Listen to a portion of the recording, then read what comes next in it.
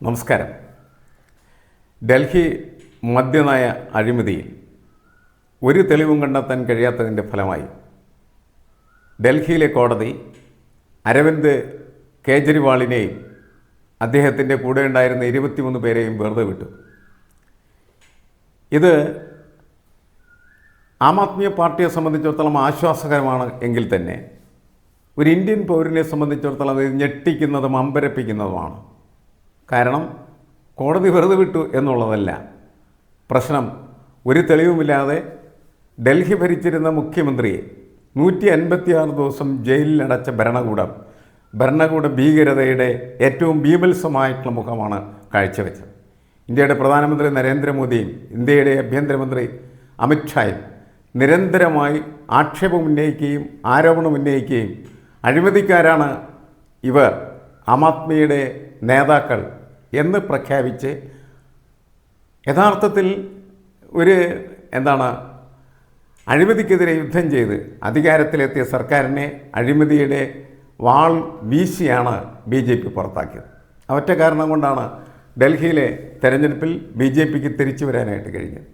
അപ്പോൾ നുണ പറഞ്ഞ് ആ നുണ ആധികാരികമായി സ്ഥാപിച്ചെടുത്ത് കയ്യിലുള്ള ഭരണകൂട സംവിധാനങ്ങളെ മുഴുവൻ ഉപയോഗിച്ച് എതിരാളികളെ തകർക്കുകയും രാഷ്ട്രീയമായിട്ട് അവരുടെ ആപ്പിൾ കാർട്ട് തന്നെ അടിച്ച് തകർക്കുകയും ചെയ്ത ഏറ്റവും മോശമായ ഹീനമായ ഒരു രാഷ്ട്രീയ തന്ത്രം ഉടഞ്ഞു വീണ കാഴ്ചയാണ് നമ്മൾ ഡൽഹിയിൽ നിന്ന് കാണുന്നത്.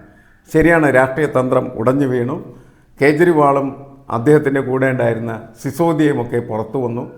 അവരൊക്കെ ആഹ്ലാദകാരന്മാരായിട്ട് തെരുവിൽ നടക്കുന്നു. കേജ്രിവാൾ കരഞ്ഞുപോയി. ശരിക്കും പറഞ്ഞു ജീവിതത്തിൽ ഒരിക്കലും അഴിമതി നടത്താത്തൊരു മനുഷ്യനെ അഴിമതിക്കാരനായിട്ട് ചിത്രീകരിക്കാൻ ഉതകുന്ന തരത്തിൽ ഭരണകൂട സംവിധാനങ്ങൾ മുഴുവൻ ഉപയോഗിക്കാനായിട്ട് കഴിയും.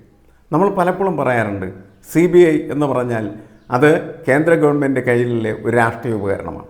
CBI മാത്രമല്ല, എൻഫോഴ്സ്മെൻറ്റ് ഡയറക്ടറേറ്റ് എന്ന് പറയുന്ന ED അതും ഇതേപോലെ തന്നെ നല്ല ഒരു ഭരണകൂട ഉപകരണമാണ്. ഇൻകം ടാക്സും ഇതേപോലെ തന്നെ ഭരണകൂട ഉപകരണമായി മാറി. ഈ 3 ഭരണകൂട ഭീകരമായ ആയുധങ്ങൾ ഉപയോഗിച്ച് എതിരാളികൾ മുഴുവനും ഗളഹസ്തം ചെയ്യുന്ന ഇല്ലാതാക്കുന്ന ഒരു സംവിധാനമാണ് കുറച്ചു കാലമായിട്ട് കേന്ദ്രം ഭരിക്കുന്ന നരേന്ദ്രമോദിയുടെ ഗവൺമെൻറ് ചെയ്തുകൊണ്ടിരിക്കുന്നത്. അതിൻ്റെ ഏറ്റവും നല്ല ഉദാഹരണമാണ് ഡൽഹിയിൽ നമ്മൾ ഇപ്പോൾ കണ്ടുകൊണ്ടിരിക്കുന്നത് എന്നാണ് മനസ്സിലാക്കേണ്ടത്.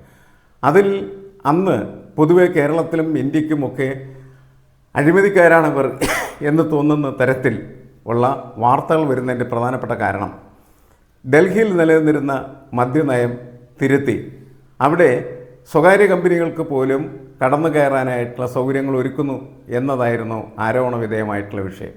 ഇതിനു വേണ്ടി നിരന്തരമായിട്ട് ദക്ഷിണേന്ത്യയിലെ ഒരു മദ്യ കമ്പനിയുമായിട്ട് കച്ചവടം ഉറപ്പിച്ചുവെന്നും അവരിൽ നിന്ന് പണം വാങ്ങിച്ചിരുന്നു എന്നാണ് പ്രധാനപ്പെട്ട ആരോപണം. കവിത എന്ന് പറയുന്ന ദക്ഷിണേന്ത്യയിലെ നേതാവിന് പോലും ഇതിനകത്ത് പങ്കുണ്ട് എന്ന് പറഞ്ഞാൽ അവരെയും പിടിച്ചകത്തിട്ടെന്നുള്ളതാണ്. അങ്ങനെ BJPക്ക് എതിരായിട്ട് പ്രവർത്തിക്കുന്ന മുഴുവൻ ആളുകളെയും അകത്താക്കുന്നതിനുള്ള സംവിധാനമായിട്ട് ഇതെല്ലാം മാറിത്തീരുന്നു എന്നുള്ളത് ഇന്ന് മാത്രമല്ല പല കേസുകളിലുമൊക്കെ നമ്മൾ മനസ്സിലാക്കിയിട്ടുണ്ട്. അങ്ങനെ മനസ്സിലായതിൻ്റെ കാരണം എന്ന് പറയുന്നത് എൻഫോഴ്സ്മെൻറ്റ് ഡയറക്ടറേറ്റ് എന്ന് പറയുന്നത് ഒരു ആയുധമാണ്.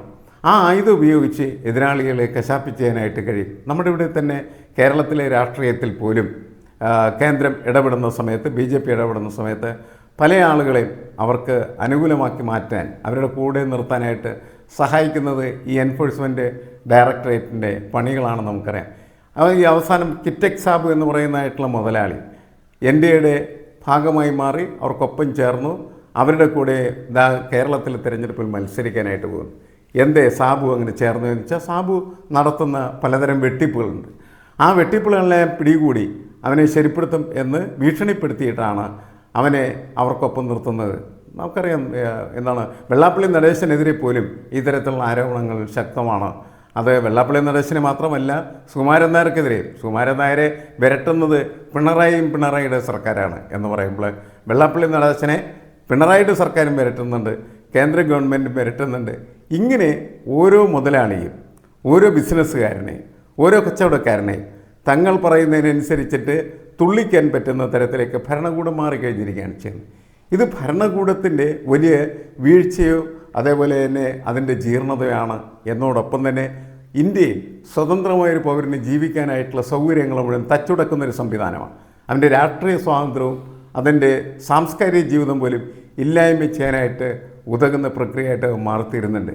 ഇന്ത്യൻ ജനാധിപത്യത്തിന് ഏറ്റിരിക്കുന്ന ഏറ്റവും വലിയ ശാപമാണ് യഥാർത്ഥത്തിൽ ഇത് മുഴുവനും കേന്ദ്ര ഗവൺമെൻറ് ദുരുപയോഗം ചെയ്യുന്നത്. മാനിപ്പുലേഷൻ എന്ന് പറയുന്നത് ഈ മേഖലയിൽ കൃത്യമായിട്ട് നിർവഹിക്കപ്പെടുന്ന സമയത്ത് ആരെയും ഒതുക്കാം, ആരെയും എന്തിനും വിധേയമാക്കാം. അങ്ങനെ മുന്നോട്ട് പോകുന്ന ആ കാഴ്ചയിൽ അതിനെതിരെ നിന്ന ചില ആളുകൾ അവരുടെ ജീവിതം മുഴുവനും കണ്ണീരണിഞ്ഞ് കഴിഞ്ഞുകൂടേണ്ട ഗതികെട്ട അവസ്ഥയിൽ എത്തിക്കഴിഞ്ഞിരിക്കും. ഡൽഹിയിൽ വലിയ ഭരണമാറ്റം സൃഷ്ടിക്കുകയും സാധാരണക്കാരൻ്റെ ഭരണം എന്ന് വലിയ തോതിൽ ജനങ്ങളെ ബോധ്യപ്പെടുത്തുകയും ചെയ്ത ഒരു ഭരണമായിരുന്നു ആം ആദ്മി ഭരണം എന്ന് പറയുന്ന സാധനം. പക്ഷേ അതിനെ തകർത്തെറിയാൻ, അതിൻ്റെ വേര് പോലും പിഴുതെറിഞ്ഞ് കളയാനായിട്ട് BJPക്ക് കഴിഞ്ഞത് ബോധപൂർവമായിട്ട് ഭരണകൂട ഉപകരണങ്ങളെ അവർക്ക് അനുകൂലമായിട്ടുള്ള രീതിയിൽ ഉപയോഗിച്ചത് കൊണ്ടാണ്. അത് കൃത്യമായിട്ട് മനസ്സിലാക്കി തരുന്ന ഒന്നാണ് ഡൽഹിയിലെ ഈ കോടതി വിധി എന്ന് പറയുന്നത്. അതുകൊണ്ട് ഈ കോടതി വിധിയിൽ ഒരാൾ ആഹ്ലാദിച്ചുകൊണ്ട് കാര്യമില്ല എന്നാണ് എനിക്ക് തോന്നുന്നത്. ആഹ്ലാദിച്ചുകൊണ്ട് കാര്യമില്ല എന്ന് പറഞ്ഞാൽ ആം ആദ്മി പാർട്ടി എന്ന് പറയുന്നത് ഇന്ത്യൻ രാഷ്ട്രീയത്തിലെ ഒരു ബദൽ സംവിധാനമായിരുന്നു. ആ ബദൽ സംവിധാനം എന്ന് പറയുന്നത് യഥാർത്ഥത്തിൽ നമ്മുടെ രാജ്യത്ത് നിലനിൽക്കുന്ന ഒരു VIP സംസ്കാരമുണ്ട്.